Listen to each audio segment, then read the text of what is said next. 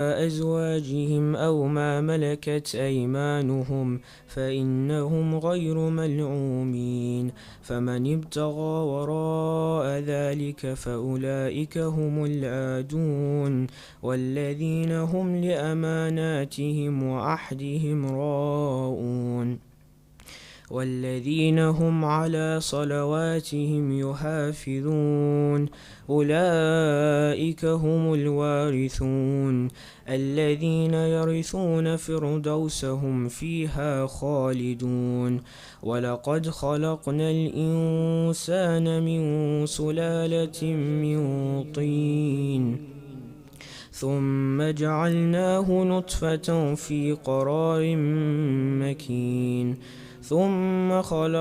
ثم خلقنا النطفة علقة فخلقنا العلقة مضغة فخلقنا المضغة عظاما فكسونا العظام لحما ثم أنشعناه خلقا آخر فتبارك الله أحسن الخالقين ثم إنكم بعد ذلك لميتون ثم إنكم يوم القيامة تبعثون ولقد خلقنا فوقكم 7 طرائق وما كنا عن الخلق غافلين صدق الله العلي العظيم.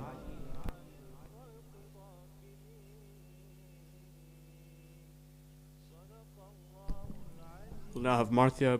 Please welcome Brother Amal Larji with the Salawat ala Muhammad wa Ali Muhammad.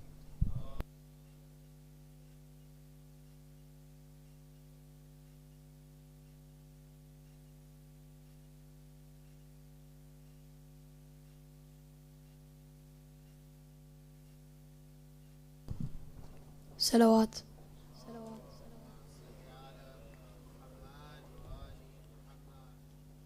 No matter what trials I face, the memory won't be erased. Oh Father, the final embrace. No matter what trials I face, the memory won't be erased. Oh Father, the final embrace. In the desert where you would die, we cried in each other's arms. Forever we would be apart, 'cause my fate would be the prison of Sham. We both will be bloodied and bruised and buried without a shroud. The only difference is I will have no loved ones around.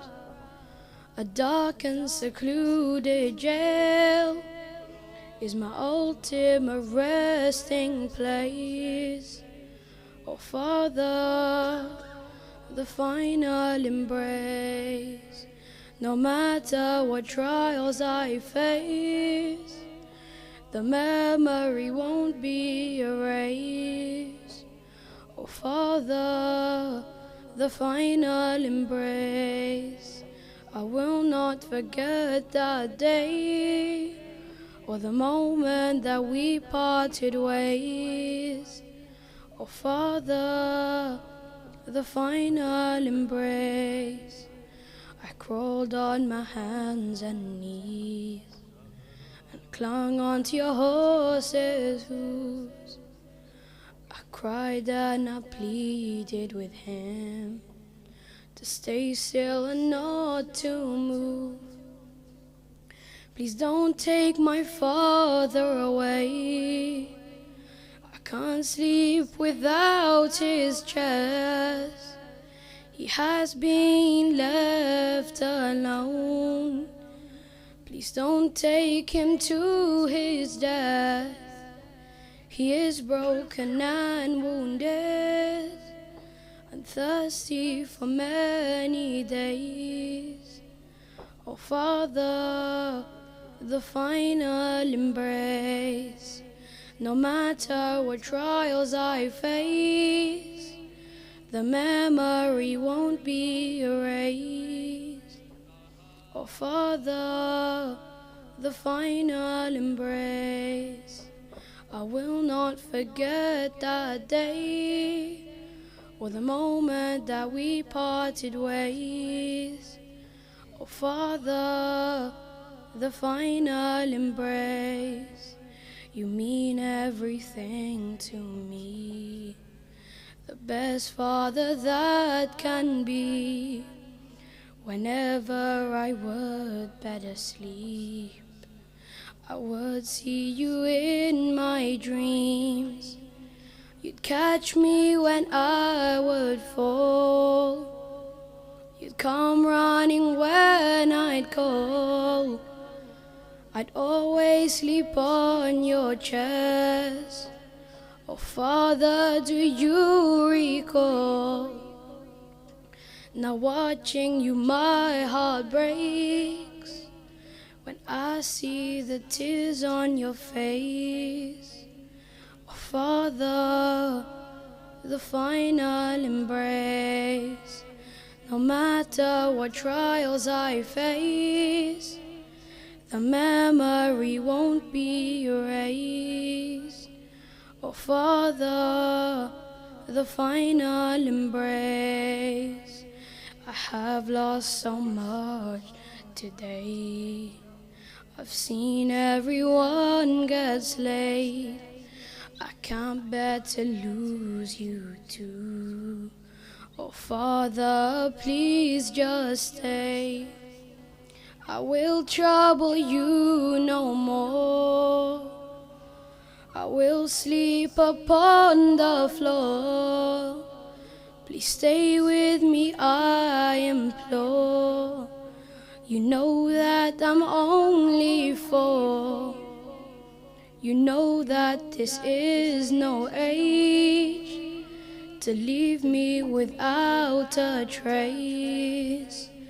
Oh Father, the final embrace, no matter what trials I face, the memory won't be erased. Oh Father, the final embrace. Salawat.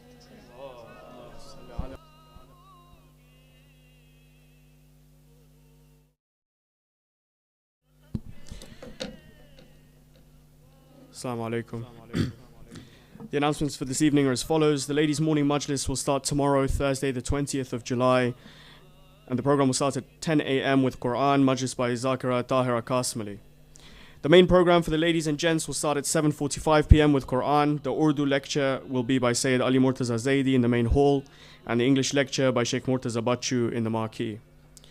Join the Al-Hadi youth this year the Saturday, the 22nd of July, for an interactive Q&A with Shaykh Murtaza Bachoo on his lecture series. This will be open to both ladies and gents and will start straight after the main program in the gents' main hall. If you do plan to attend, please ensure to park in the main centre car park when arriving for Saturday's main program. The Muharram Majlis sponsorship scheme is £900 per night this year. Those wishing to sponsor either in part or full, please contact Brother Mushtaq Qasim or Brother Sajjad Tejani in the gents, or the chair lady Nasima Bai Kareem in the ladies. The Muharram Niyaz Fund is now open. Please donate generously at the Treasurer's desk. And those who have not paid their membership subscription should pay at the desk or online as soon as possible. To find out more about our daily programs, please sign up to our WhatsApp service, or you can follow us on social media. This Muharram, we're excited to launch a new initiative called Quranic Reflections. Together, a group of brothers with the support of Shaykh Anwar Jafar have carefully crafted short, heartfelt reflections on selected verses from the Holy Quran, which they will present nightly. This initiative aims to unlock and deepen our connection with Allah subhanahu wa ta'ala by embracing lessons from the Holy Quran. As we embark on this journey, let these soul-stirring reflections open our hearts, guiding us closer to the divine and fostering a stronger sense of unity amongst us. For the first night's reflections, please join me in welcoming Brother Imran Ladek with a salawat ala Muhammad wa ali Muhammad.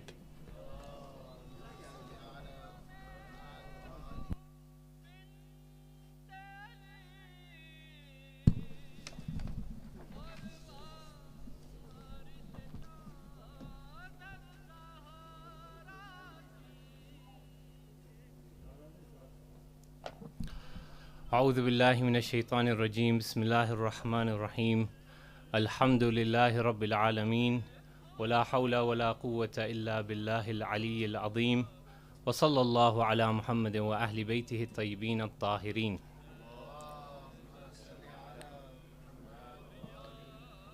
Respected scholars, elders, sisters and brothers, Assalamu alaikum jami'an wa rahmatullahi wa barakatuh. My condolences to the Imam of our age, Imam Sahib al-Asri wa Zaman, Ajalallahu ta'ala farajahu sharif. To all our respected ulama, brothers and sisters here and across the globe on the advent of the holy month of Muharram, as we commemorate and remember the momentous sacrifice of Abu Abdullah al-Husayn alayhi salam, his family members and companions. Allahumma salli ala Muhammad wa ali Muhammad. Surely those in Karbala were the party of Allah subhanahu wa ta'ala, and we pray in these nights that we too develop the traits of the muhaqqiq, the truth seekers, and gain closeness to the Almighty through taqwa and perseverance. So I am truly blessed to be the first to deliver in this great initiative by the Hujjat ELC titled Quranic Reflections. All that I mentioned today is a reminder for myself, and I hope you find it beneficial and would appreciate any feedback and comments. So we're going to look at, and it should come up on the slide on the TV screen, we're going to look at Surah Al-Hadid, Surah number 57, ayah number 20 and 21. Where Allah subhanahu wa ta'ala has summarized our entire life in one verse, and then He gives us some advice. So it would be good if we can just maybe open up the Quran apps on our phones, and inshallah we can then follow and understand together. So it's on the screen if you for those of you who do not have the an Quranic app on your phone, but it would be good if we can follow this together. So I've chosen this verse as it is a reality and one that was very deeply understood by those in Karbala. So Allah subhanahu wa ta'ala starts by saying, I'lamu, know. So I'lamu is an imperative, it's a command. When He, the Almighty, says this, He wants to grab our attention. So He says, I'lamu, annama al-hayat ad-dunya. Know that the life of this world is la'ibun, is a game. Now listen carefully how Allah summarizes it. He then goes on to say, walahwun, it's a pastime. Wazinatun, and an attraction. Watafakhurun bainakum, boasting and showing pride between yourselves. Watakathurun fil amwali wal awlad, trying to show rivalry between yourselves in amwal, in your wealth, and awlad, in your children. Now Allah subhanahu wa ta'ala has given us 5 things here. He then gives us an example, which is to follow, and then He will actually tell us what the reality of this whole life actually is. So listen on. Allah says, كَمَثَلِ غَيْثٍ أَعْجَبَ الْكُفَّارَ نَبَاتُهُ. Allah says, this life is like a thick rain cloud that the farmers see, and when they see it, they're quite pleased and they're impressed. It's going to give them a good harvest. But then this cloud withers away, and you will see that it soon turns yellow, and soon you will see it's reduced to something worthless, something known as stubble. So Allah says, He continues, He says, and in the akhirah there is great punishment, and there is going to be forgiveness from Allah subhanahu wa ta'ala and His pleasure. And then He tells us that the life of this world is nothing but a deception or wares of delusion. Now, how did Allah summarize the whole of life, our life, in this one verse? So think about it. The first word He uses to describe this life is, He says, it is la'ib. It's a game. Now, when someone is young, all they want to do is play. Young children want games. When they get a bit older, they want amusement, they want pastime, lahun. What's the difference between la'ib and lahu? La'ib is probably more physical games. I'm sure we've all played hide and seek with our children, young children. And also this time of year we have sports day at schools, primary schools. So you can see how the children are so competitive in running, etc. So they like physical games.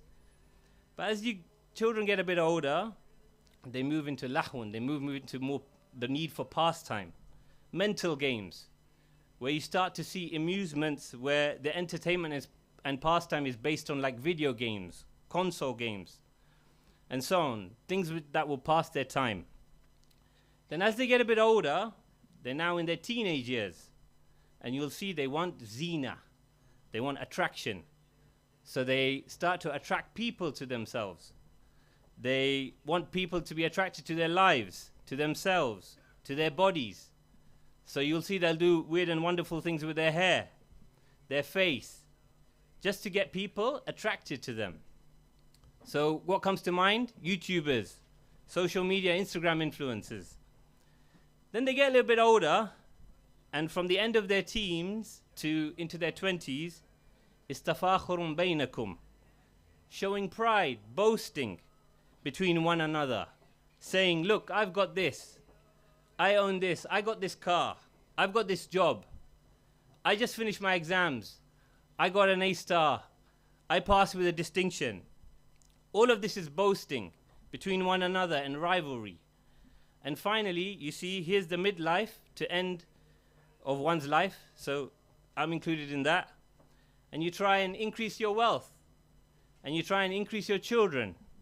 So people say, I've got this much wealth, I'm a businessman, my business turns over this and that. And you'll see one will say, I have 3 children. The other will say, I have 4. Brother, I'm on to 5. Subhanallah. So Allah says all of this, if you think about it, from young age all the way to the end of our life, it's just like you saw the rain cloud. You saw something coming ahead. Your future was bright, but your future soon will be the past. You'll soon see that the age you have will turn to nothing. Your health will be lost, and in the end it will wither away into stubble. And Allah says all of this was a deception. Then if we go to the next verse, so if we bring up the next verse, 21, Allah gives us some advice. He says, Sabiqu. He says, race yourselves towards, again, this is an imperative command. Okay, so this is something that Allah wants to grab our attention. He says, Sabiqu. Race one another. So if you want competition, this is what you need to race yourselves in. Ila maghfiratin min rabbikum. Race yourselves towards the forgiveness of your Lord. Race yourselves towards Jannah. Its breadth is going to be wider than the heavens and the earth. And it has been prepared for the people who believe in Allah and the messengers. And this is the bounty, the grace of Allah, which He grants to whomever He wishes. And Allah is the dispenser of great bounty and grace. Subhanallah, all of this that Allah has said during your life, and if you haven't taken into account what really matters for the next life, then you're either going to face one of 2 things. So if we go back to verse 20, Allah says, punishment in the next life, وَفِي الْآخِرَةِ عَذَابٌ شَدِيدٌ, or وَمَغْفِرَةٌ مِّنَ اللَّهِ وَرِضْوَانٌ. So either you'll have punishment in the next life, or you'll have forgiveness and the pleasure of Allah tabaraka wa ta'ala. So we need to make a decision. The one person that comes to mind, having discussed these verses, who had a pivotal role in Karbala and fell to the world and fell to the dunya, was Umar ibn Sa'ad, la'natullah alayh. He had hubbud dunya and succumbed to it. And on the other hand, in contrary, we have Janab Hur, who relinquished the dunya for the akhirah. So just to end with a couple of practical tips and then I'll finish. As we can see, the heart is a battleground for two types of love: the love of God and the love of the world.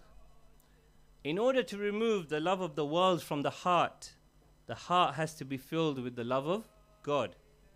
And this is the main purpose of self-purification and refinement.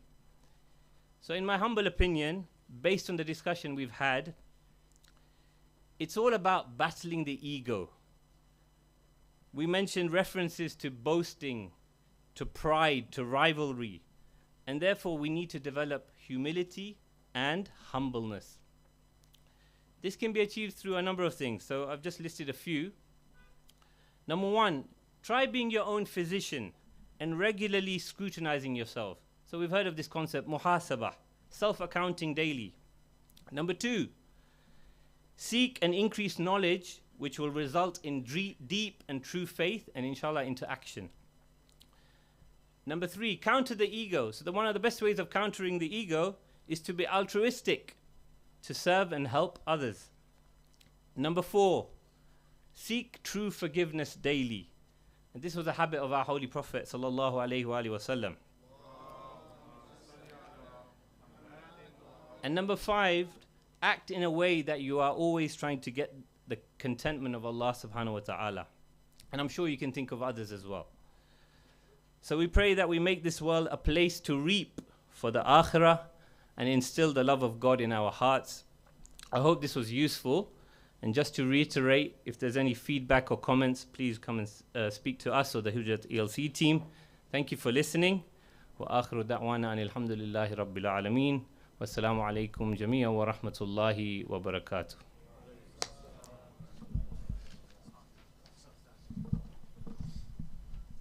Awesome. Thank you very much for that, Imran. Before we continue the program, could I request everyone to move as far forward as possible to cause the least amount of disturbance as the lecture goes on, with 3 salawat ala Muhammad wa ali Muhammad. Allahumma salli ala wa ali Muhammad. Allahumma salli ala Muhammad wa ali Muhammad. Allahumma salli ala wa ali Muhammad. Ahsan. This year we're blessed to have Shaykh Murtaza Bachoo, who will be reciting lectures over the forthcoming nights. Born in Tanzania and raised in Vancouver, Canada, Shaykh Murtaza Bachoo holds a bachelor's degree in electrical engineering from the University of British Columbia. He embarked upon Islamic studies in Qom in 2006 and completed 4 years at the Al-Mustafa University. Shaykh was the resident scholar of the Az-Zahra Islamic Center for over 10 years, where his responsibilities included lecturing, counseling, teaching, and responding to religious questions and providing strategic guidance to various communities and committees. He's a keen promoter of Islamic schools in Vancouver. He previously served on the board of the Az-Zahra Islamic School for over 8 years and is currently on the board of the Al-Mustafa School.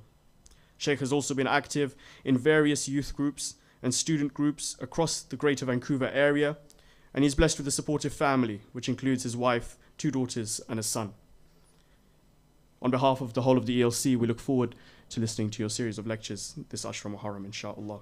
With that, please join me in welcoming Shaykh Murtaza Bachoo to deliver his first lecture in his topic entitled Unlocking the Human Potential, with a salawat ala Muhammad wa ali Muhammad. اللهم صل على محمد وآل محمد. عظم الله لكم الأجر يا شيعة بقرب محرم، وما هي إلا أيام وننادي يا حسين يا أبا عبد الله. عظم الله لك الأجر يا رسول الله ويا أمير المؤمنين ويا فاطمة يا سيدتي نساء العالمين. إنا لله وإنا إليه راجعون.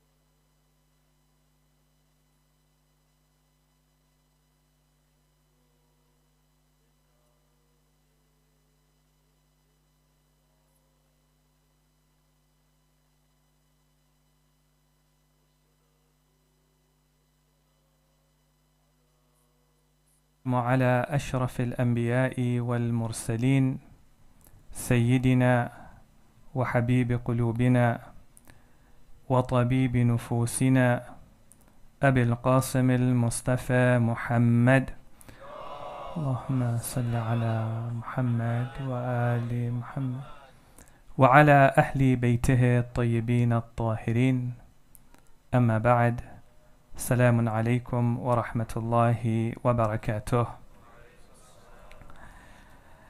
We thank Allah subhanahu wa ta'ala for His infinite mercy upon us. And we thank Him in particular for giving us this opportunity once again to learn in the sacred month of Muharram and to learn from the school of Aba Abdullah al-Hussein. We begin by praying to Allah subhanahu wa ta'ala to give us the tawfiq to learn from the messages of Karbala and to be able to inculcate the qualities of Aba Abdullah al-Hussein into our lives and inshallah into our families as well. The late Shaheed Murtaza Mutahari, he said that Imam al-Hussein is a slogan of what it means to be a human being. And he said that you will not find any movement in history that can rival the movement and the zeal and the inspiration of Imam al-Hussein, both in terms of its depth. You find that the movement of Aba Abdullah al-Hussein with the passage of time becomes more and more relevant. There have been many movements in human history. With the passage of time, they become less relevant. With the passage of time, they become less inspirational. But to the contrary, the message of Aba Abdullah al-Hussein continues to resound in the minds and the hearts of the believers. But the second thing that he mentions, he says also in terms of the diverse human qualities that are found in one place and that are found in one person. Right? That you find all of them gathered in the person of Aba Abdullah al-Hussein. And he mentioned some of them, such as patience and perseverance and the desire for freedom and karama, nobility, and izzah of the self-esteem, and maintaining high moral standards in front of what was so lowly that came in front of him. He says you will not find an example like that in history. And so alhamdulillah, we have gathered to learn from Aba Abdullah al-Hussein. Inshallah, starting from tomorrow night, we'll speak about how to unlock the potential of insan. And what does it mean to be an insan? And what is the journey of a human being? And how do we unlock that potential in different areas of our lives, both online and offline, in our own worship and in our relationship with our family and our relationship with our community and our relationship with our society. Okay. But tonight, inshallah, we'd like to begin the first lecture by asking a simple question. And that simple question is, why do we cry for Aba Abdullah al-Hussein? For many years, we have been gathering in the month of Muharram, and in these gatherings, we cry for Imam al-Hussein. And inshallah, you'll be attending programs in the coming few nights. And part of the program is to remember the tragedy of Karbala and to cry for Aba Abdullah. You find that the Ahlul Bayt alayhim wassalam, they used to encourage the believers to cry. They would sometimes ask their companions, do you remember what happened to Al-Hussein? Do you cry over what happened to Al-Hussein? Do you grieve over what happened to Aba Abdullah al-Hussein? And so the question I want to ask tonight is, then why do we cry? What is the purpose behind crying over the tragedy of Karbala? And I think it's an important question for a couple of reasons. Firstly, sometimes we have to be able to explain to others why we cry every year for Imam al-Hussein. Our brothers from the Ahl Sunnah wal Jama'ah, they tell us sometimes that even we are grieved when we hear about the tragedy of Karbala. And there is sadness in our heart when we read about what happened to the grandson of the Holy Prophet. However, you do not see us crying every year over it. You do not see us commemorating Aza for him every year over it. Sometimes we may even have to explain to our non-Muslim friends when we speak to them about the day of Ashura and they ask us what is the day of Ashura, and we say that we are commemorating the tragedy of Karbala, and they ask us when did the tragedy of Karbala happen, and we say it happened 1300 years ago, the natural question that comes to their mind is, then why are you crying after 1300 years? So sometimes we have to be able to explain this to others. But I think it's an important question because we also have to be able to explain it to ourselves. Why am I crying for Imam al-Hussein? Over the next 10 or 12 nights, I will be crying. What am I looking for when I am crying for Aba Abdullah al-Hussein? What should be changing in me when I cry for him? How come sometimes it is that when I enter the gathering and I remember Aba Abdullah and I cry for him, but when I leave the gathering, I'm the same person that entered the gathering? I'm the same person that entered the month of Muharram. If I was miserly before entering the month of Muharram, I come out of it, I'm still, and I'm talking about myself, a miserly person. So we want to try and look at that question. Now before we do that today, I also want us to appreciate the institution of Aza. And this is an institution that was deliberately instituted by the Ahlul Bayt alayhimus salam. And it was instituted in certain phases.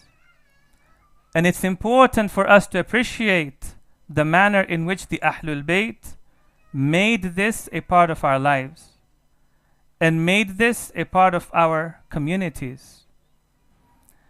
There's a book written by Ayatollah Ray Shahri. In Farsi, it's called Guzide Ash-Shahadat-Nameh Imam Hussein. Okay? It's been translated into English. Chronicles of the Martyrdom of Imam Hussein, translated by Shaykh Abbas Jafar. Okay? One of the chapters in there, he speaks about how the Aza of Imam al-Hussein was instituted by the Ahlul Bayt alayhimus salam. And he says that this was instituted in 6 phases. 6 separate phases. Okay? Now we'll cover 2 or 3 of these phases so that we get an appreciation of how the Ahlul Bayt made this a part of our communities. He says in the first phase, this was the period of time from the tragedy of Karbala itself to the time when the killers of Aba Abdullah al-Hussein were killed and the martyrdom of Imam Hussein was avenged. And the pivotal role was played by the survivors of Karbala, by Lady Zainab alayha salam.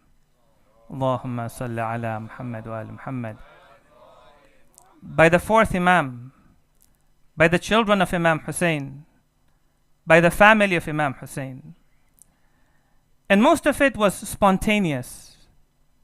It wasn't planned. It wasn't still institutionalized. And the goal of the Aza was to raise awareness about the tragedy of Karbala, the depth of the tragedy, the great wrong that had been done in this tragedy.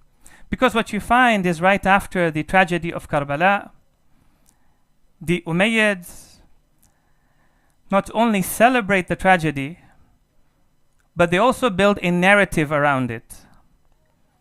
And the narrative that they build is that these were a small group of rebels, they called them, a small group of rebels. And Allah subhanahu wa ta'ala gave victory to Yazid, this is the narrative they created, over these rebels.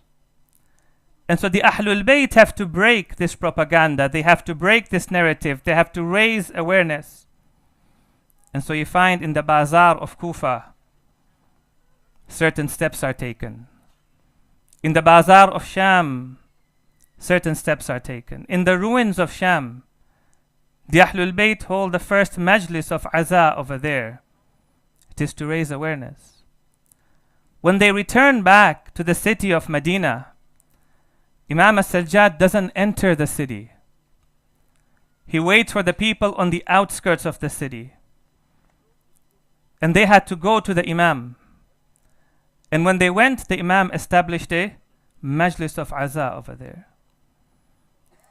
And the main purpose of it was also to raise awareness about the tragedy of Karbala. Okay? And you find after that, every year, the family of Imam al-Hussein, in particular the family of Abdul Muttalib, it was known that the family of Abdul Muttalib would hold majalis for Aba Abdullah al-Hussein. The second phase is the phase during the lifetime of Imam as-Sajjad alayhi afdalus salati was salam.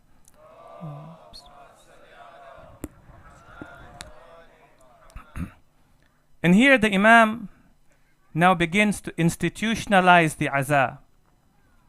And the main change that comes around is that Aza goes from being something that the Ahlul Bayt are doing to a tragedy that is going to be mourned by the entire Muslim community. And Imam alayhi salam, he does that by encouraging others to remember and to cry over the tragedy of Karbala. But he also does that by himself remembering and crying over the tragedy of Karbala. You find that sometimes publicly when food is brought in front of him, the Imam starts to cry. When he goes to the bazaar and he sees an animal is being taken to be slaughtered, the Imam will ask the butcher, "Have you given water to this animal?"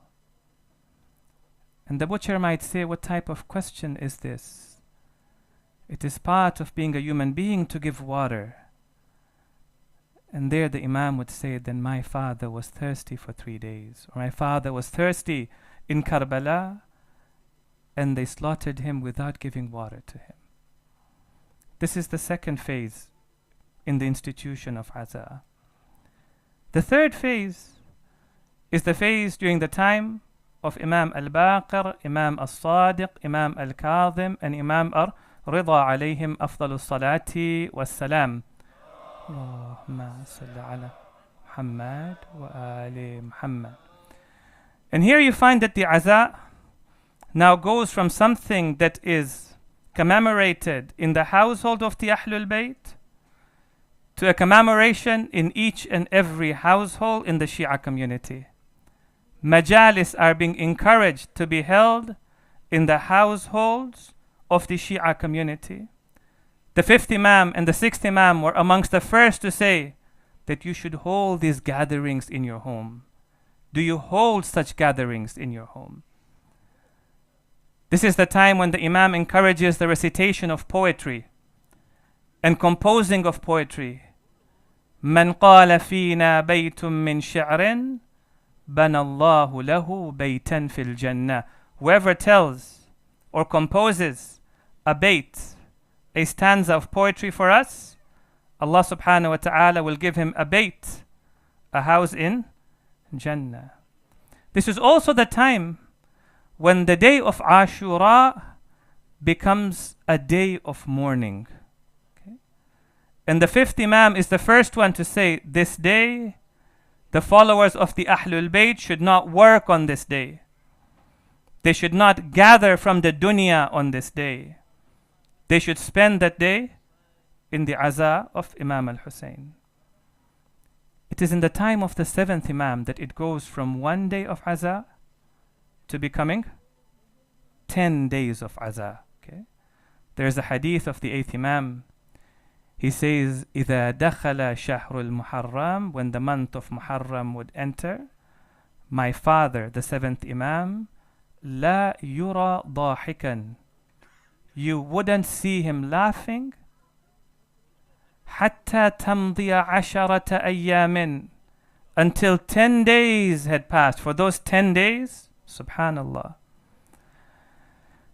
you find that the ahadith of the Ahlul Bayt, sometimes it's only one hadith, but it grows. With the passage of time, it grows more and more. Today, if we're having 10 days of Aza or 12 days of Aza, that millions of people are gathered in doing these days of Aza, it goes back to this one hadith. You find that sometimes, for example, they give a simple hadith on the ziyarah of Arba'in, right?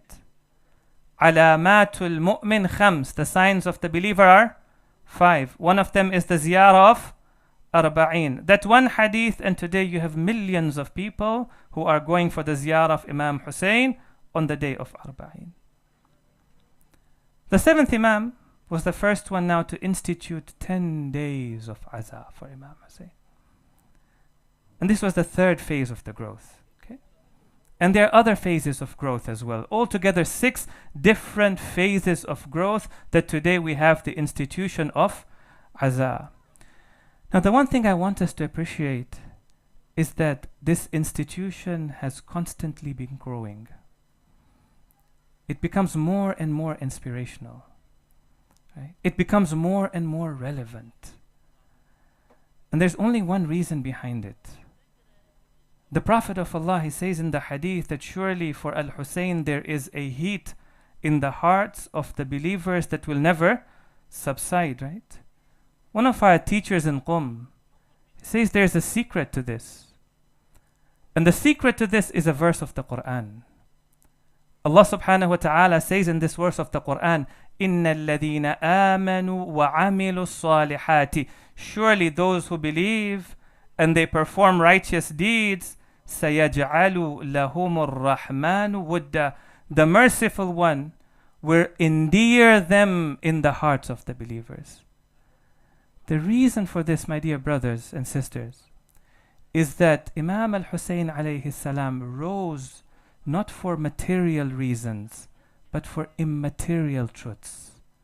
Imam al-Hussein alayhi salam, his struggle was not out of selfishness, it was out of godliness. Imam al-Hussein alayhi salam, you find that he wasn't promoting cultural values, he was promoting universal and godly values. And so you find his message continues to be relevant in every day and age. But now we come back to our question. And the question is, why do we cry for Imam al-Hussein? And I want to look at a number of answers today before we come to the answer that has been shared by Shaheed Mutahari. Okay? Sometimes we find that we cry for therapeutic reasons. We find crying to be very therapeutic. Many of us, we carry certain burdens. We have certain frustrations. We have certain stresses in our lives. And sometimes those stresses and burdens are so heavy we can't share it with others. But we find when we come for the Aza of Imam al-Hussein and we cry over Aba Abdullah al-Hussein, it gives us a relief. It releases us. It makes us feel lighter. Okay? In fact, it's medically proven as well that when a person cries, that it soothes him. It brings about some relief in him. the mind, it releases certain chemicals. Now this could be a benefit of crying for Aba Abdullah al-Hussein, but it cannot be the main reason for why we cry for Aba Abdullah al-Hussein. The second reason we find that we could say is that we are following the sunnah of the Holy Prophet Muhammad Mustafa sallallahu alayhi wa alihi. Allahumma salli ala Muhammad wa ali Muhammad. And the Prophet of Allah was the first person to cry over Aba Abdullah al-Hussein. Even before the tragedy of Karbala happens, the Prophet of Allah, he finds out about the tragedy of Karbala and he sheds tears over this tragedy. One of the narrations we are told that the first Imam was going towards the Battle of Siffin. And as he is traveling towards the Battle of Siffin, he comes across the land of Nainawa. So when he comes across the land of Nainawa, he says, Sabran ya Aba Abdullah, be patient, O Abu Abdullah. Sabran ya Aba Abdullah, be patient at the river of Furat. So somebody asked him, Ya Amir al-Mu'mineen, and why is that? And so he responded, and he said, according to this hadith, he says that I was with the Prophet of Allah one day, وَعَيْنَاهُ تَفِيضَانِ, and I saw that tears were profusely flowing from his eyes. The Holy Prophet was crying. So I asked him, Ya Nabi Allah, O Messenger of God, what makes you cry profusely? And the Prophet of Allah said that Jibreel was with me. And Jibreel informed me of what would happen to my grandson, Al-Hussein. And so tears flowed from my eyes. And I asked Jibreel, and I said to him, can I smell the turba of Karbala? This is there in the hadith. And he said that Jibreel did bring the turba of Karbala to me. This turba later becomes important in history. The Prophet of Allah gives this turba to Salama.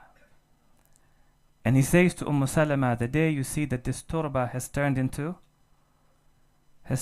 blood. This is narrated, by the way, in both Shia and Sunni narrations of history. He says, the day this turba turns into blood, that day you should know that my son has been martyred. And she says historically that the day it turned into blood was the 10th day of Muharram. And I knew that Al-Hussein had been martyred. That night she also saw dreams in which she was told that Al-Hussein has been martyred. Okay? So it was the sunnah of the Holy Prophet. And when we are gathering to cry for Aba Abdullah al-Hussein, we are following in the sunnah of the Holy Prophet. Now this tells us why we are crying, but it doesn't still explain to us the philosophy behind it. What is it that we're trying to achieve when we listen to the musibah? And what is it that we're trying to achieve when we're crying, when we listen to the marthiyah? Where are we headed with it? What is the change it's supposed to bring in our lives? The third reason that we're told, and Ayatollah Ray Shahri mentions it in his book as well, is that it is an expression of love for the Ahlul Bayt alayhimus salam. Allah subhanahu wa ta'ala tells us in the Quran, O Prophet, tell the people, قُلْ لَا أَسْأَلُكُمْ عَلَيْهِ أَجْرًا إِلَّا الْمَوَدَّةَ فِي الْقُرْبَى. Say, I'm not asking anything in return for my efforts.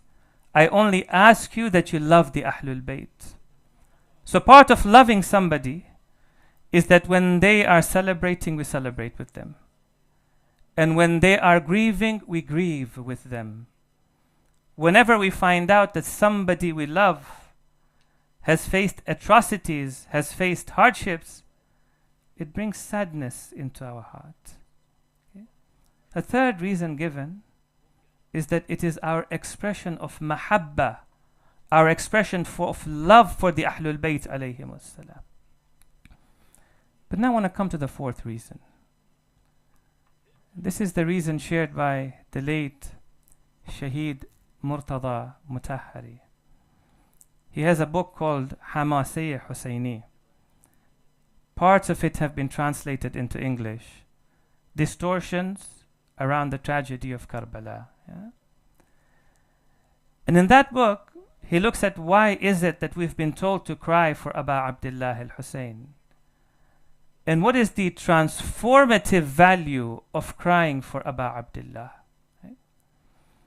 He says the reason why we cry is so that a ray from the ruh of al-Hussein should shine into our hearts. Okay?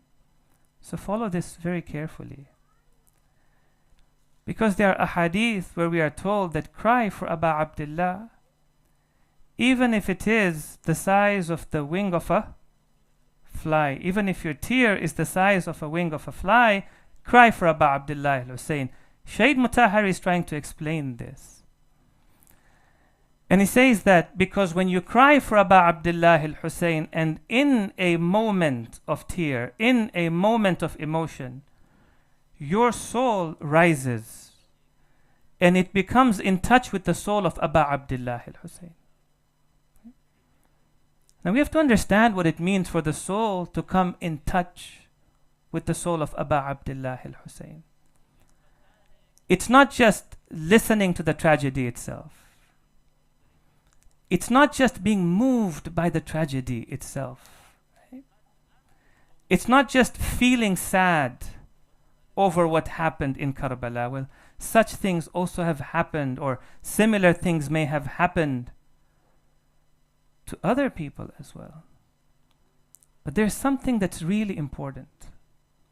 That when we're listening to Marthia, bring that to mind. When we're listening to Musibah, bring that to mind. When we're doing Ma'tam, let's try to remember this point. I'm going to try and read it for you in Farsi.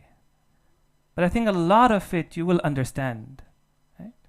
So he says, look, your soul has to come in touch with the soul of Imam Hussein. What does that mean?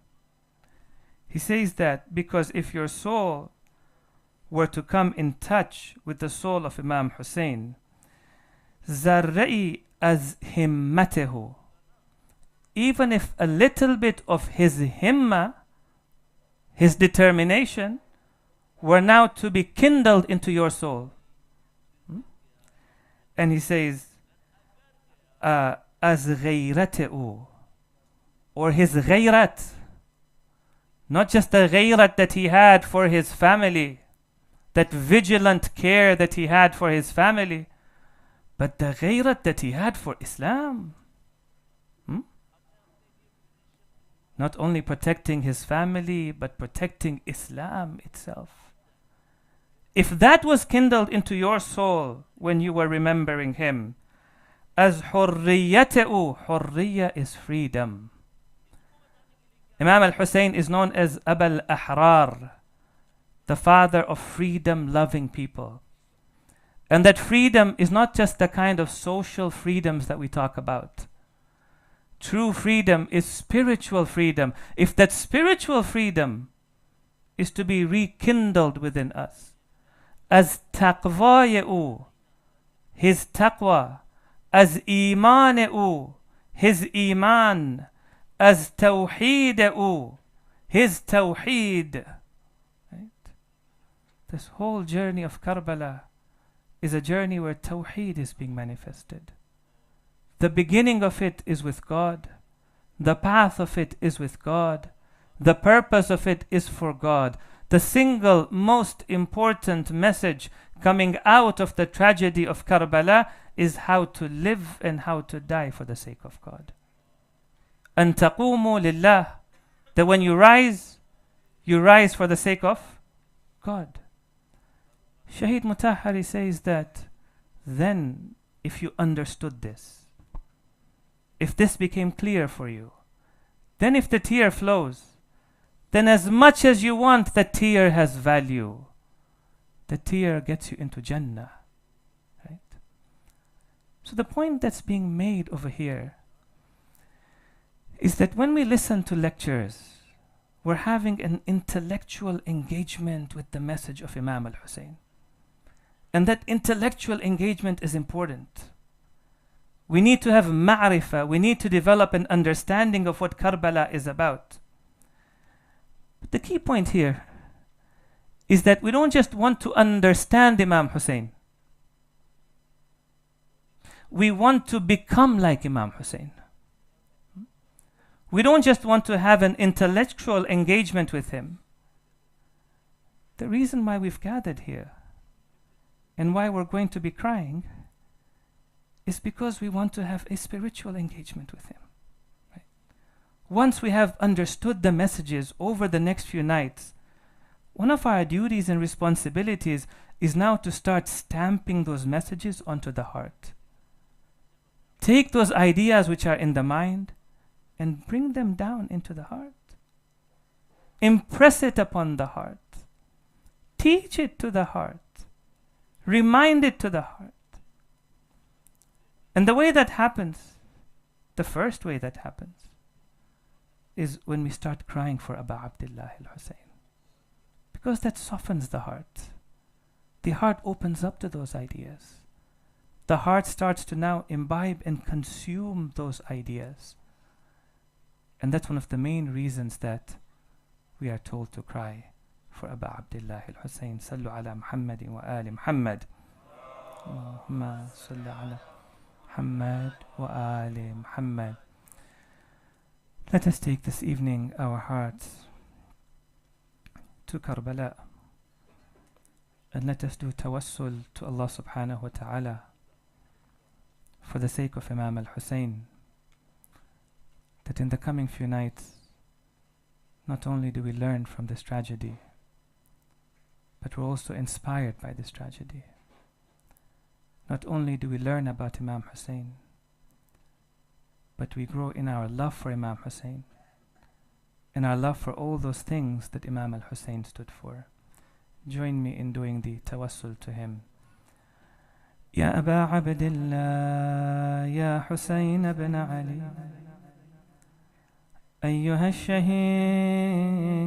يا ابن رسول الله يا حجة الله على خلقه يا سيدنا ومولانا إنا توجهنا واستشفعنا وتوسلنا بك إلى الله وقدمناك بين يدي حاجاتنا يا وجيها عند الله اشفع لنا. One more time. يا وجيها عند الله اشفع لنا. The Ahlul Bayt alayhim as-salam encouraged the mu'mineen to gather for Imam al-Hussein and to cry for him. And during the months of Muharram and Safar, they themselves would gather for Abu Abdullah al-Hussein and they would cry over the tragedy of Karbala. Di'bal was a poet during the time of the 8th Imam. And Di'bal says that it was in the month of Muharram or Safar that I entered in the presence of the 8th Holy Imam. But when I saw him, فَرَأَيْتُهُ جَالِسًا جِلْسَةَ الْكَئِيبِ الْحَزِينِ, I saw he was seated in a manner which was full of sorrow and grief. When the Imam, he saw me, he welcomed me, and he told me to sit next to him, and he said, welcome to the one who helps us with his speech, and he helps us with his actions. And then the narrator says, Di'bal says, that the Imam said to me, Ya Di'bal, أحب أن تنشدني شعراء. I would like you to recite some poetry for me. فإن هذه الأيام أيام حزن كانت علينا أهل البيت. For these days are the days of sorrow for us, the Ahlul Bayt. And they are the days of joy for our enemies, especially the Bani Umayyah. And then the Imam says, من بكى أو أبكى على مصابنا ولو كان واحدا كان أجره على الله. Whoever cries on account of the calamities that befell us, or he makes even one person cry, then his ajr is upon Allah. يا دعبل من ظرفت عيناه على مصابنا. O Da'bal, whoever's eyes become teary on account of the hardships that befell us, the Imam says, may Allah raise him on the day of judgment with us. And then the Imam, he points towards the musibah of his grandfather Aba Abdullah al-Hussein, and he says, O Da'bal, whoever cries for my grandfather al-Hussein, may Allah forgive all of his sins. And then Da'bal says, the Imam asked me to recite poetry, and so I recited some poetry. I said, فاطم لو خلت الحسين مجدلا وقد مات عطشانا بشت فراتي. O Fatima, if you had only seen Al-Hussein when he was being fought, and he was martyred by the river of Furat, إذا للطمت الخد فاطم عنده وجريت دمع العين بالوجنات. O Fatima, what would you have done if you were there? You would have beat your cheeks if you were next to him, and the tears would have flowed from your eyes. أفاطم قومي يا ابنة الخير واندبي. Arise, O Fatima, O daughter of goodness, and lament and mourn the stars of the heavens by the plains of Karbala. It was the 27th day of Rajab. The caravan of Imam al-Hussein left the city of Medina. Imam al-Hussein alayhi salam did not give bay'ah to Yazid. When the letter of Yazid came, and Walid reads that letter for Aba Abdullah al-Hussein, the Imam says to him, O Walid, we are inna ahlu baytin nubuwa, we are the household of prophethood, wa ma'adinu risala, we are the source of messengership, wa mukhtalaful malaika, we are the place where angels used to descend. And as for Yazid, he is a man who is a fasiq, he is a man who consumes wine, he is a man who kills the soul which is innocent soul. It is not permitted for him to kill. And then the Imam makes a statement and he says, وَمِثْلِي لَا يُبَايِعُ مِثْلًا, and the likes of me shall never give allegiance to the likes of Yazid. And then Imam al-Hussein leaves the city of Medina. The narrator says, when the times became constrained on Al-Hussein, he came to the grave of his grandfather Rasulullah. And he comes to the grave of Rasulullah and he says, Assalamu alayka ya Rasulullah, Ana Husayn ibn Fatima, I am Husayn, the son of Fatima. He complains to the Prophet of Allah of how the people have treated him. Some of the narrators have mentioned that the night before he left the city of Medina, Aba Abdullah al-Hussein came to the grave of Lady Fatima. He came to the grave of Imam Imam al-Hassan, and he bid farewell to them. On the next day, the caravan leaves the city of Medina, but see how it leaves the city. Al-Abbas is with them, Qasim is with them, Ali al-Akbar is with them. The ladies are leaving with respect and dignity. Zainab and Kulthum are being helped, and they are leaving the city of Medina with a lot of respect and dignity. Even Ali al-Asghar and Sakina are in this caravan. Imagine the day when this caravan returned to the city of Medina. Lady Kulthum, she called out to the city and she said, Medina tujaddina la taqbalina fabil ahzani wal hasarati ji'na. City of our grandfather, do not accept us on this day, for we have come filled with sorrow, we have come filled with grief. Our men were slaughtered in Karbala. Inform Rasulallah. Our children were also martyred. Inform Rasulallah. The women were taken as captives and prisoners from city to city, and the head was taken on a spear.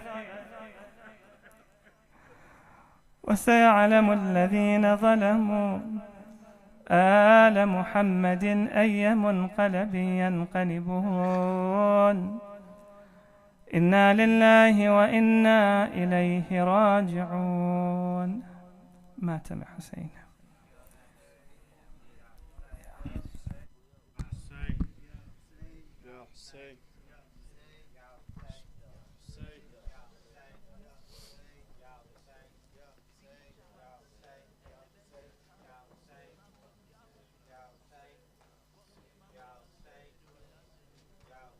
Ya Hussein, Ya Hussein, Ya Hussein, Ya Hussein, Ya Hussein, Ya Hussein, Ya Hussein, Ya Hussein, Ya Hussein, Ya Hussein, Ya Hussein, Ya Hussein, Ya Hussein, Ya Hussein, Ya Hussein, Ya Hussein.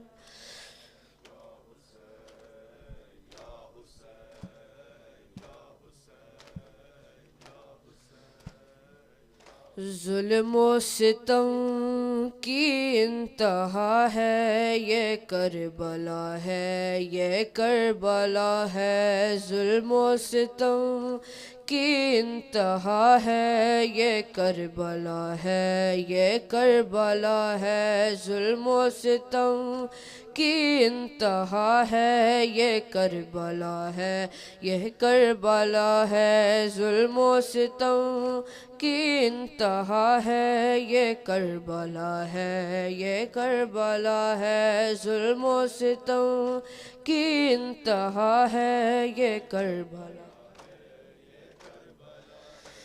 कहीं पे sir है, कहीं रिदा है, कहीं पे sir है, कहीं रिदा है। ये करबला है, ये करबला है। जुल्म व सितम की इंतहा है, ये करबला है, ये करबला है। जुल्म व सितम की इंतहा है, ये करबला है।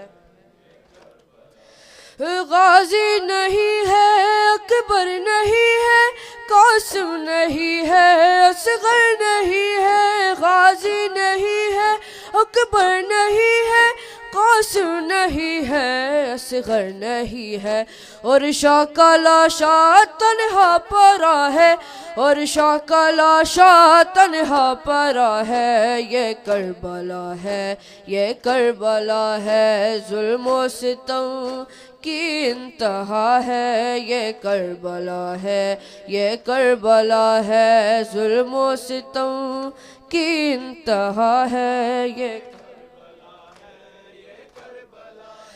کر کے دفن معصوم اصغر شبیر روئے ننھی قبر پر، کر کے دفن معصوم اصغر شبیر روئے ننھی قبر پر، اصغر کے خون سے چہرہ بھرا ہے، اصغر کے خون سے چہرہ بھرا ہے، یہ کربلا ہے، یہ کربلا ہے، ظلم و ستم کی انتہا ہے، یہ کربلا ہے، یہ کربلا ہے، ظلم و ستم کی انتہا ہے، یہ مقتل میں ہے جو فخر یوسف، ہم شکل احمد ہے نام اکبر، مقتل میں ہے جو فخر یوسف، ہم شکل احمد ہے نام اکبر، سینے میں اس کے ٹوٹی سینہ ہے، سینے میں اس کے ٹوٹی سینہ ہے، یہ کربلا ہے، یہ کربلا ہے، ظلم و ستم کی انتہا ہے، یہ کربلا ہے، یہ کربلا ہے، ظلم و ستم کی انتہا ہے، یہ دونوں جہاں موتی میں جس کے مقتل میں پیاسا شبیر ہے وہ، دونوں جہاں موٹھی میں کس کے مقتل میں پیاسا شبیر ہے وہ، حل من کی تنہا دیتا صدا ہے، حل من کی تنہا دیتا صدا ہے، یہ کربلا ہے، یہ کربلا ہے، ظلم و ستم کی انتہا ہے، یہ کربلا ہے، یہ کربلا ہے، ظلم و ستم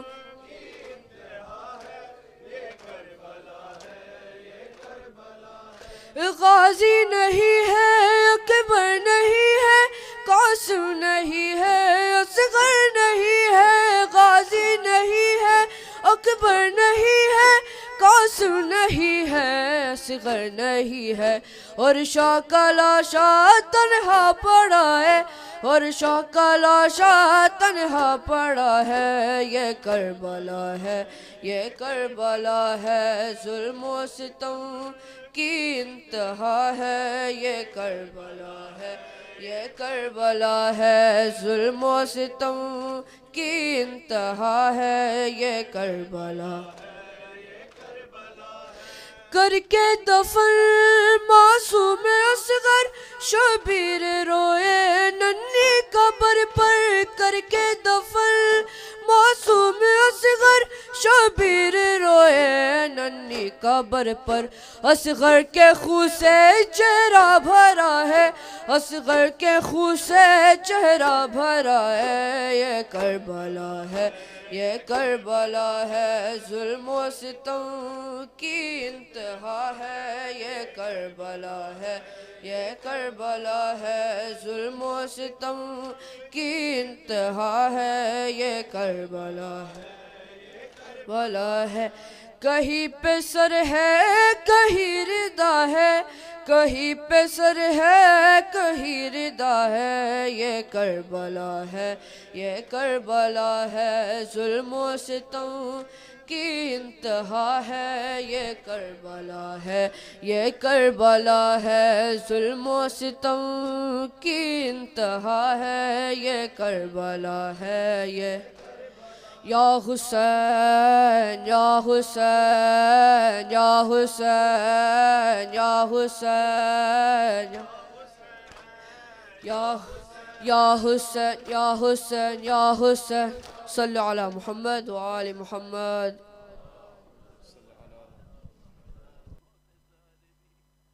Asad Salah time is at 9:18, so inshallah we'll take a break for wudu and reconvene for Salah inshallah. Asad.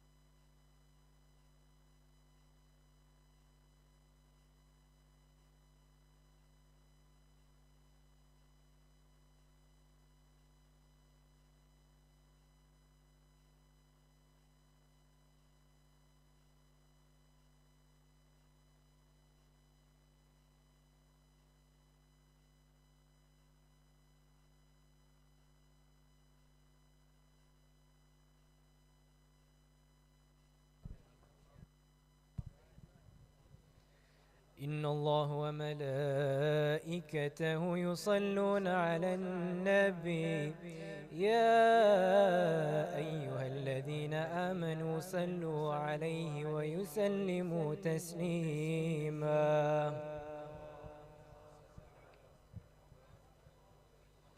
الله أكبر الله أكبر الله أكبر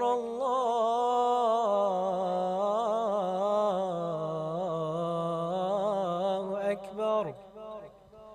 أشهد أن لا إله إلا الله. أشهد أن لا إله إلا الله.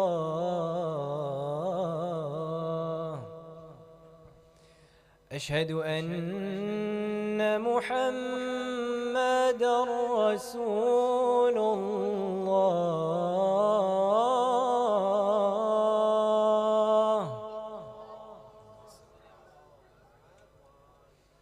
أشهد أن محمدًا رسول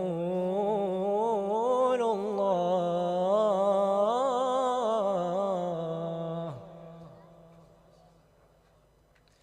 أشهد أن علي ولي الله.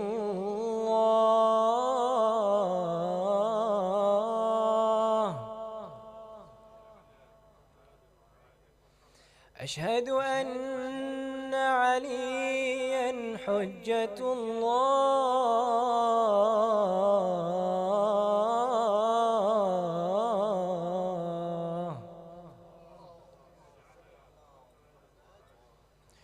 حي على الصلاة.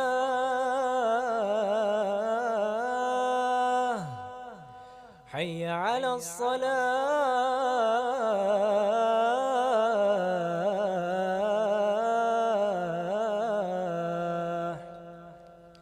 حي على الفلاح.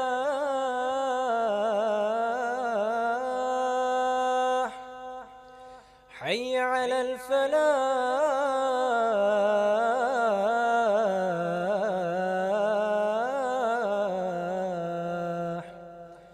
حي على خير العمل. حي على خير العمل. الله أكبر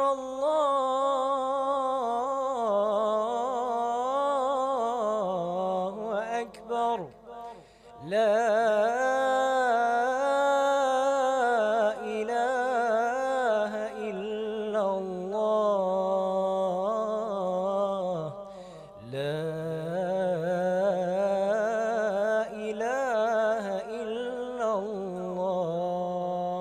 وصلى الله على سيدنا محمد وآله وسلم.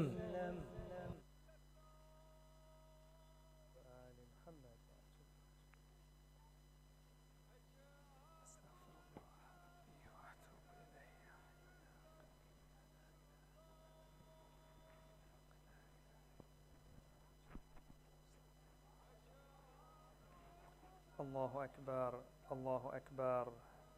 أشهد أن لا إله إلا الله. أشهد أن لا إله إلا الله.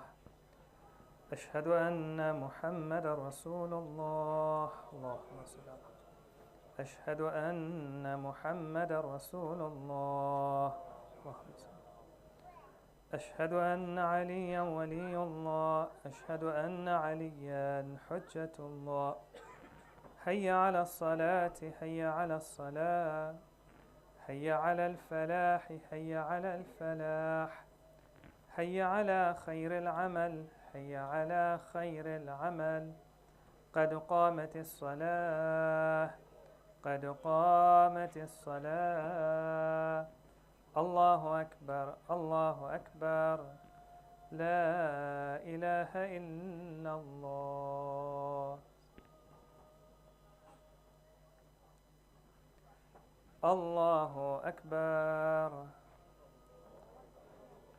بسم الله الرحمن الرحيم.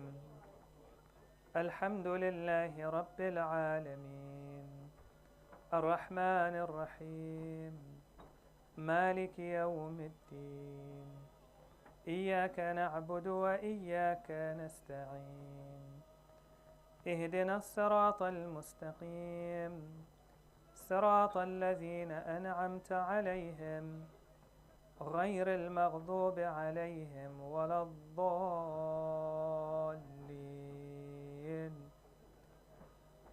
بسم الله الرحمن الرحيم. إنا أنزلناه في ليلة القدر، وما أدراك ما ليلة القدر. ليلة القدر خير من 1000 شهر. تنزل الملائكة والروح فيها بإذن ربهم من كل أمر. سلام هي حتى مطلع الفجر. الله أكبر. سبحان ربي العظيم وبحمده. سبحان ربي العظيم وبحمده. سبحان ربي العظيم وبحمده. سمع الله لمن حمده. الله أكبر. سبحان ربي الأعلى وبحمده. اللهم صل على محمد وآل محمد. الله أكبر. الله أكبر. سبحان ربي الأعلى وبحمده. اللهم صل على محمد وآل محمد. الله أكبر. بحول الله وقوته. بسم الله الرحمن الرحيم. الحمد لله رب العالمين، الرحمن الرحيم، مالك يوم الدين، إياك نعبد وإياك نستعين، اهدنا الصراط المستقيم، صراط الذين أنعمت عليهم غير المغضوب عليهم ولا الضالين. بسم الله الرحمن الرحيم. قل هو الله أحد، الله الصمد، لم يلد ولم يولد ولم يكن له كفوا أحد. الله أكبر. اللهم صل على محمد وآل محمد. رب اجعلني مقيم الصلاة ومن ذريتي، ربنا وتقبل دعاء. الله أكبر.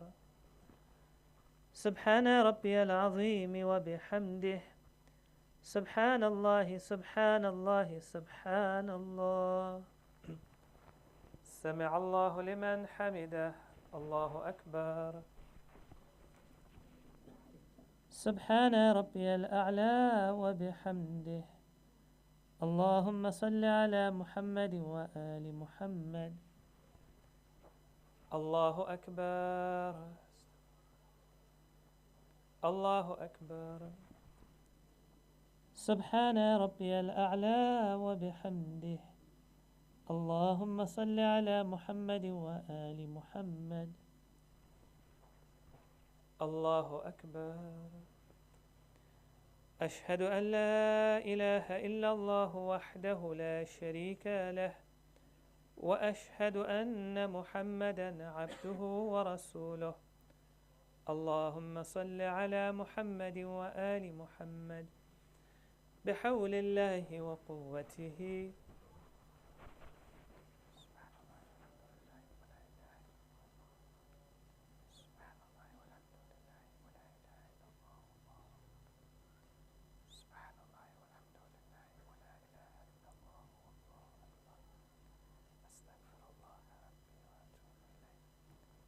الله أكبر. سبحان ربي العظيم وبحمده. سبحان الله سبحان الله سبحان الله. سمع الله لمن حمده. الله أكبر. سبحان ربي الأعلى وبحمده. اللهم صل على محمد وآل محمد. الله أكبر. الله أكبر. سبحان ربي الأعلى وبحمده. اللهم صل على محمد وآل محمد. الله أكبر. أشهد أن لا إله إلا الله وحده لا شريك له، وأشهد أن محمدًا عبده ورسوله. اللهم صل على محمد وآل محمد. السلام عليك أيها النبي ورحمة الله وبركاته. السلام علينا وعلى عباد الله الصالحين. السلام عليكم ورحمة الله وبركاته. الله أكبر. الله أكبر. الله أكبر. لا إله إلا الله.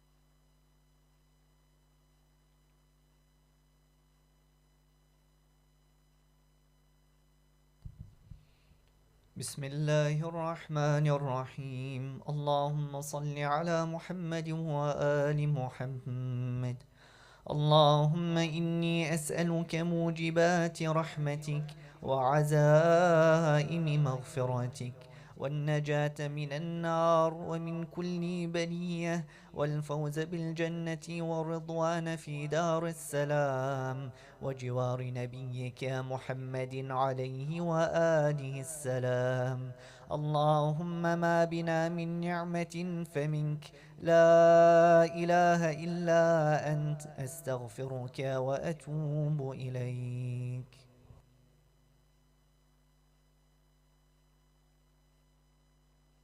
الله أكبر الله أكبر.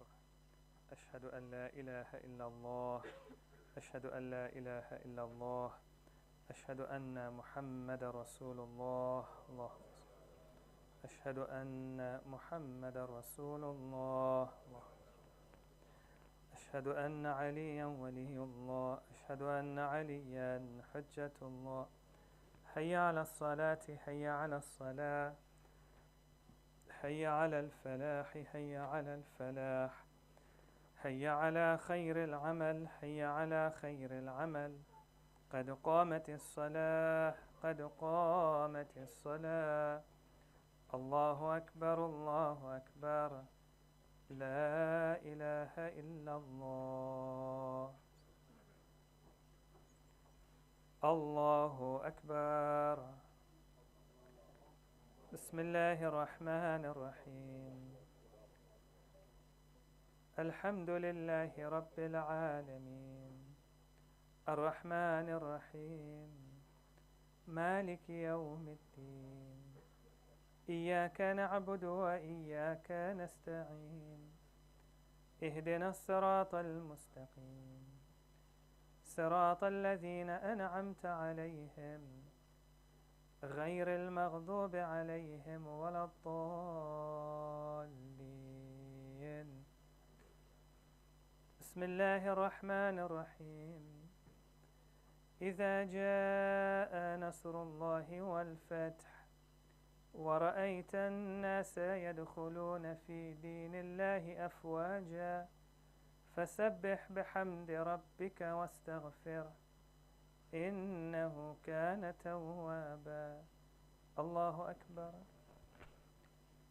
سبحان ربي العظيم وبحمده، سبحان الله سبحان الله سبحان الله. سمع الله لمن حمده. الله أكبر. سبحان ربي الأعلى وبحمده. اللهم صل على محمد وآل محمد. الله أكبر. الله أكبر.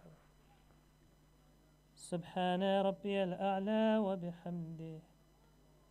اللهم صل على محمد وآل محمد. الله أكبر. بحول الله وقوته. بسم الله الرحمن الرحيم. الحمد لله رب العالمين، الرحمن الرحيم، مالك يوم الدين. إياك نعبد وإياك نستعين، اهدنا الصراط المستقيم، صراط الذين أنعمت عليهم غير المغضوب عليهم ولا الضالين.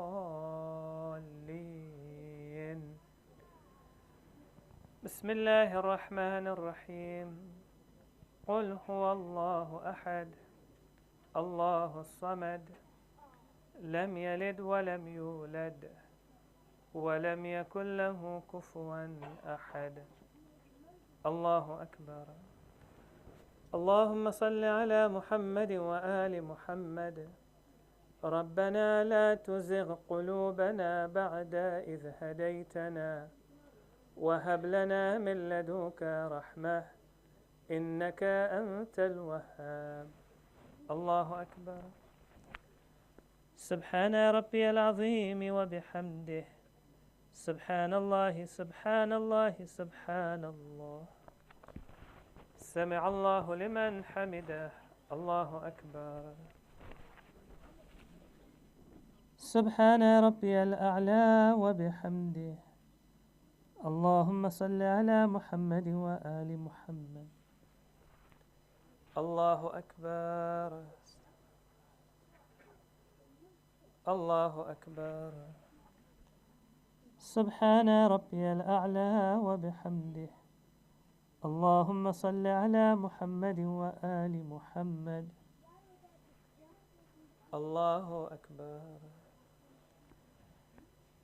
أشهد أن لا إله إلا الله وحده لا شريك له، وأشهد أن محمدا عبده ورسوله. اللهم صل على محمد وآل محمد بحول الله وقوته.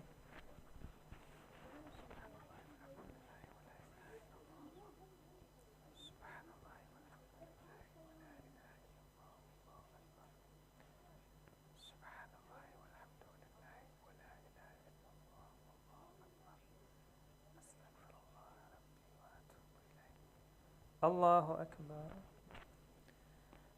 سبحان ربي العظيم وبحمده. سبحان الله سبحان الله سبحان الله. سمع الله لمن حمده. الله أكبر. سبحان ربي الأعلى وبحمده. اللهم صل على محمد وآل محمد. الله أكبر. أستغفر الله. الله أكبر. سبحان ربي الأعلى وبحمده. اللهم صل على محمد وآل محمد. الله أكبر. بحول الله وقوته.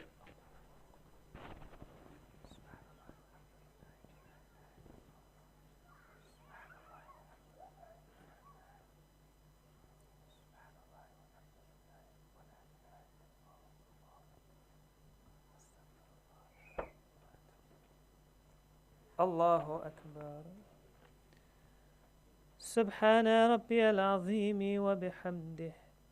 سبحان الله سبحان الله سبحان الله. سمع الله لمن حمده. الله أكبر.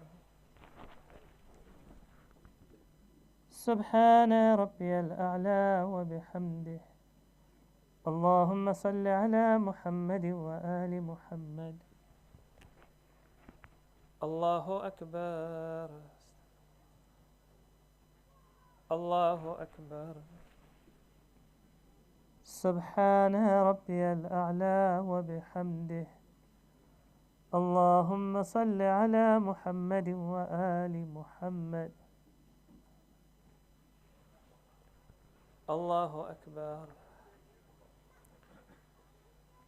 أشهد أن لا إله إلا الله وحده لا شريك له، وأشهد أن محمدا عبده ورسوله. اللهم صل على محمد وآل محمد. السلام عليك أيها النبي ورحمة الله وبركاته. السلام علينا وعلى عباد الله الصالحين. السلام عليكم ورحمة الله وبركاته. الله أكبر. الله أكبر. الله أكبر. لا إله.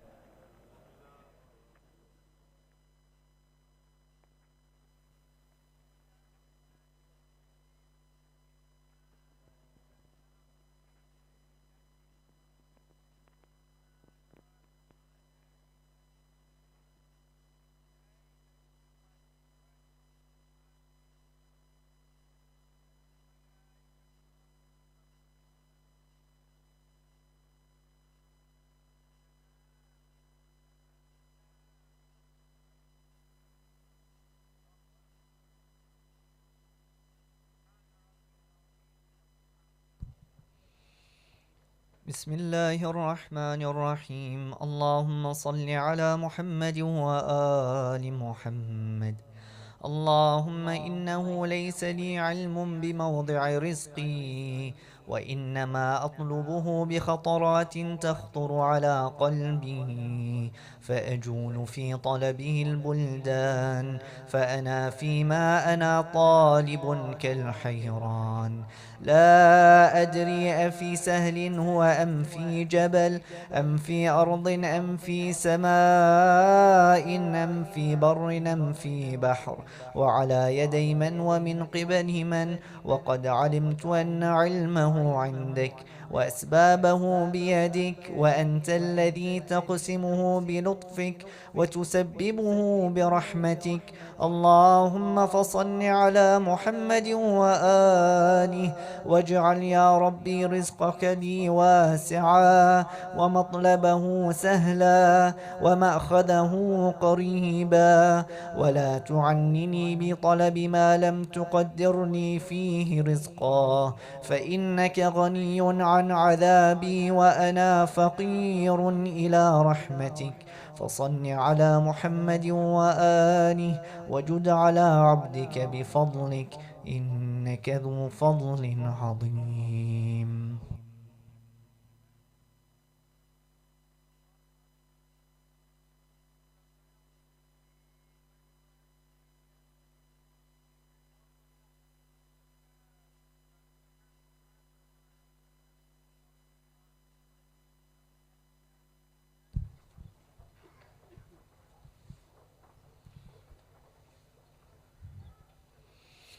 السلام عليك يا رسول الله، السلام عليك يا أمير المؤمنين، السلام عليك يا فاطمة الزهراء سيدة نساء العالمين، السلام عليك يا خديجة الكبرى، السلام عليك يا حسن المجتبى، السلام عليك يا أبا عبد الله الحسين، وعلى 9 المعصومين من ذريتك، علي بن الحسين، ومحمد بن علي، وجعفر بن محمد، وموسى بن جعفر، وعلي بن موسى، ومحمد بن علي، وعلي بن محمد، والحسن بن علي، والحجة بن الحسن، عجل الله فرجه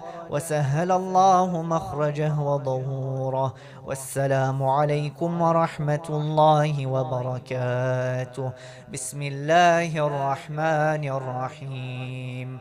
اللهم كن لوليك الحجة بن الحسن صلواتك عليه وعلى آبائه في هذه الساعة وفي كل ساعة وليا وحافظا وقاعدا وناصرا ودليلا وعينا، حتى تسكنه أرضك طوعا وتمتعه فيها طويلا. الله